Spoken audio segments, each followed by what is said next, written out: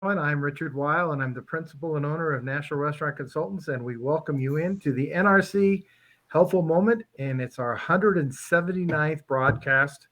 Hard to believe that many, but it's wonderful that we continue to have so many people follow us, and we get great comments on our Facebook, on our LinkedIn, and our website. So thank you all.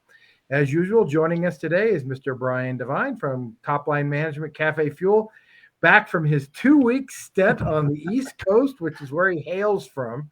Yes, And indeed. did you have a good time, Brian? Oh, we had a great time. Yeah. Great, Driving in great. an RV is pretty fun. Yes, I bet it was fun with the whole family, right? Yep. Yeah, even Great. with the 14-year-old, which is crazy. Even with a 14-year-old. Well, joining us on the NRC Helpful Moment today is Sandy Clark, our senior consultant, who lives in Centennial, Colorado, but she has a wealth of knowledge and is going to impart some of that knowledge on us today. We haven't had a supply chain update, but we've started to see a few maybe positive things going on and some things maybe not so positive. So, Sandy, if you would please take it away. Richard, that's absolutely right. There's both good and bad going on right now. So, a quick look at the worldview. I know that we are all wondering if China will have a retaliation that will impact supply chain. So we'll have to wait and see about that. But right now, Shanghai is shipping to the West Coast after being closed down for COVID. And the West Coast ports had really gotten pretty caught up. They were doing 80% better than they did at the very worst time, but are starting to back up a little bit now that the pent up product is coming from China. And the good news there is that during that time that they got caught up, rates for shipping containers from Asia went way down from the historic highs. So we'll all see that reflected in cost of goods. Another good thing, on Monday, Ukraine started shipping grain, and their first load went out. And we think grain, we think only wheat. Their first load was actually corn. And these loads are about 30,000 tons, and they have about 16 of them ready to go. While that will be very helpful, that's only about 40% of what Ukraine shipped in the grain world last year. So it won't take care of everything, but it's sure better than nothing. We have a worldwide potato shortage. So who would have thought the largest potato producer in the world is China? We think of them for rice. And it's been going on now for a little more than a year. And 50% of our potatoes come from the Pacific Northwest. And that has been greatly stressed with drought. And so we're starting to see some of the frozen potato producers putting distributors on allocation. And so we'll need to work through that. Brazil is the #1 sugar grower and exporter in the world. And as energy prices have skyrocketed, they have taken a lot of their sugar production to ethanol. And so we're going to see sugar prices and all those mixes and everything that sugar is in go up in price some. Paper and plastics, you're getting used to it now. It's just really expensive. Resin is still short, but Ukraine pops in there again. So Ukraine, for countries like Germany, Finland, a lot of that middle Europe, provided 50% of their paper and cardboard. And that production has just been stopped completely. And so Europe is actually in a crisis with that. And we may see some of that reflect back to us. So turkeys are in short supply. There's only 25% less in cold storage than there was last year. Wow. And so we're expecting holidays for turkey to be short and expensive, and for people to move to ham, and that'll drive the pork market up. So watch for both of those. And now, as we're in prime canning season, aluminum is short. And now there's no World War worldwide shortage of aluminum, but it has to be processed. And during COVID, we all went out and stocked up on canned goods, way more than we did before. And so we're going to see that impact the canning this year.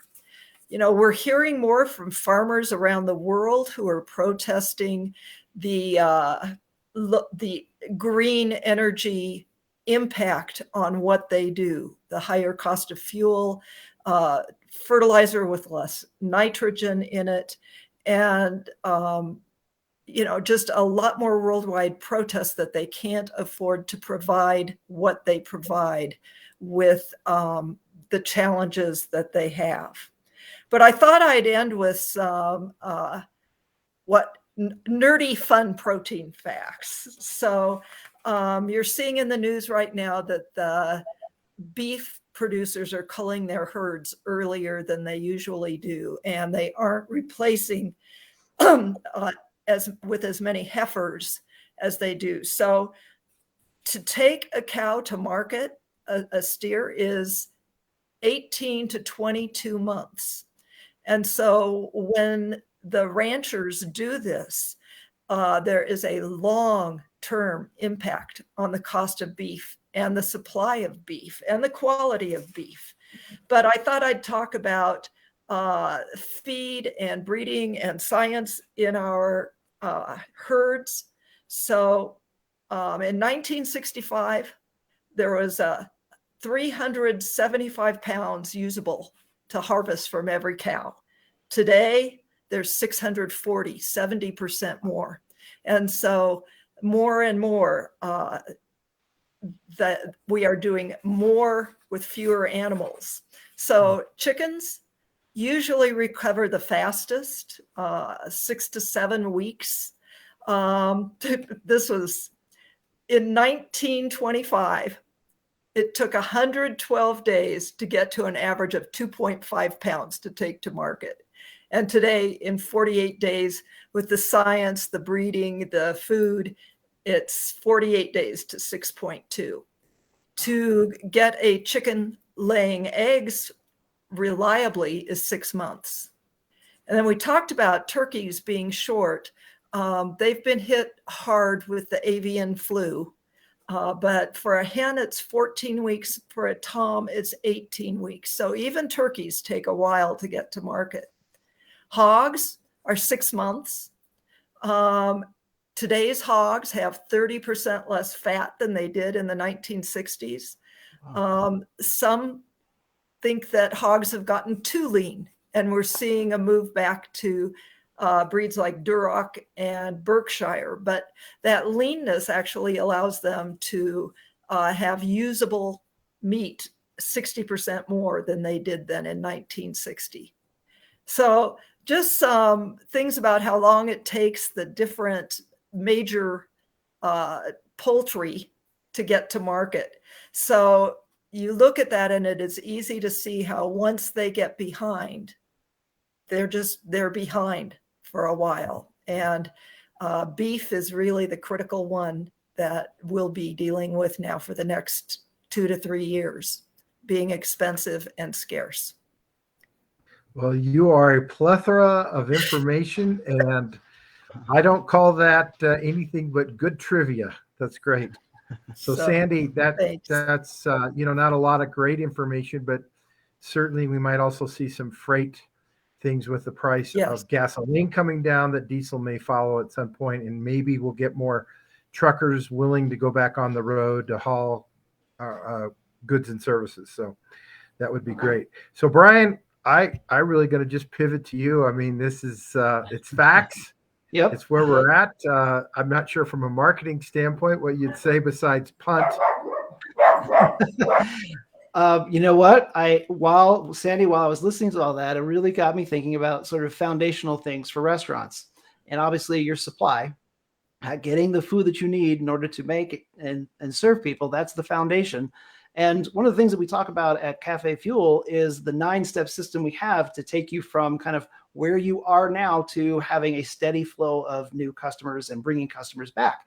And our foundation, the first 3 things that we have to do and we have to look at are your website, your reputation online, and your social media. And so what I want you to do is, now that you've taken some time and you've heard about the supply chain, what's working, what's not, what issues you have, take some time to now look at your foundation outside of the food part, but look at your marketing side and really look at your website.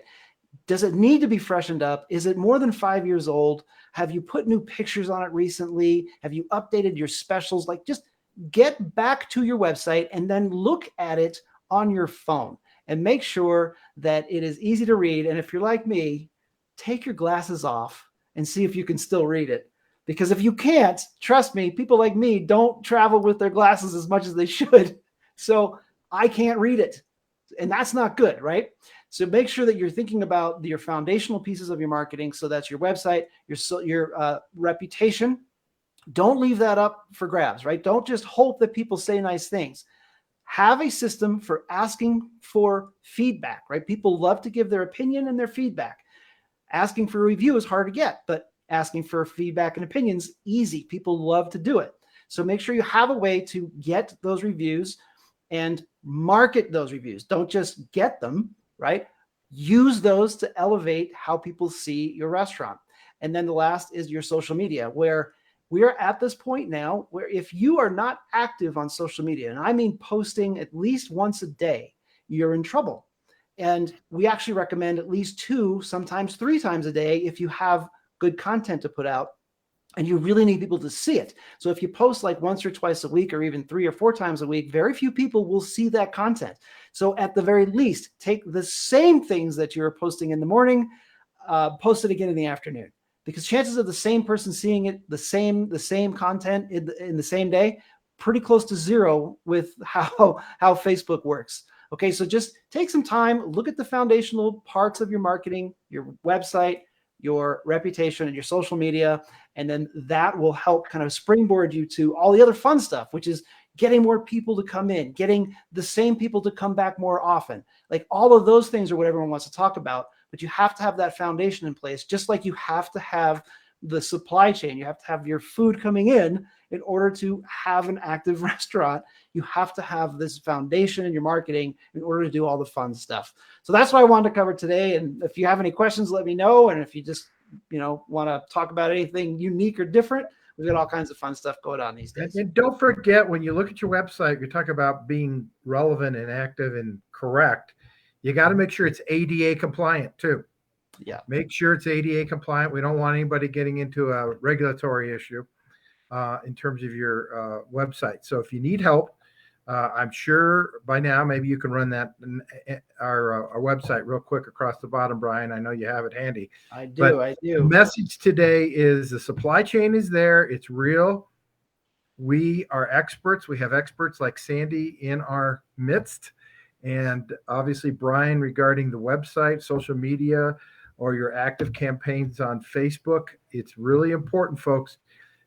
Things are difficult still. We're not out of the woods by any means. Things are difficult. We talk to people all over the country every day. So that's it for the NRC Helpful Moment 178. Sandy Clark, thank you as always. Appreciate you being here, Brian Devine. So long for now, everybody. Bye. Bye, everybody.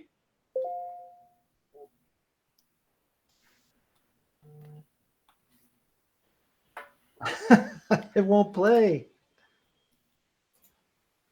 There it goes.